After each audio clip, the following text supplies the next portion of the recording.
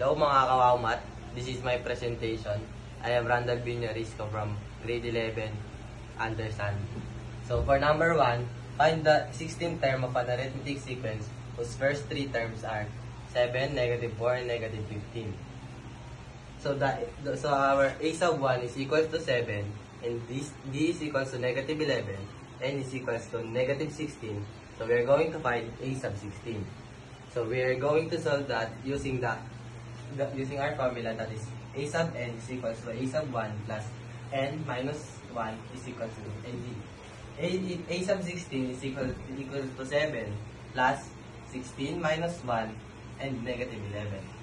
A sub 16 is equals to 7 plus 15 times negative 11. So a sub 16 is equals to 7 plus negative 100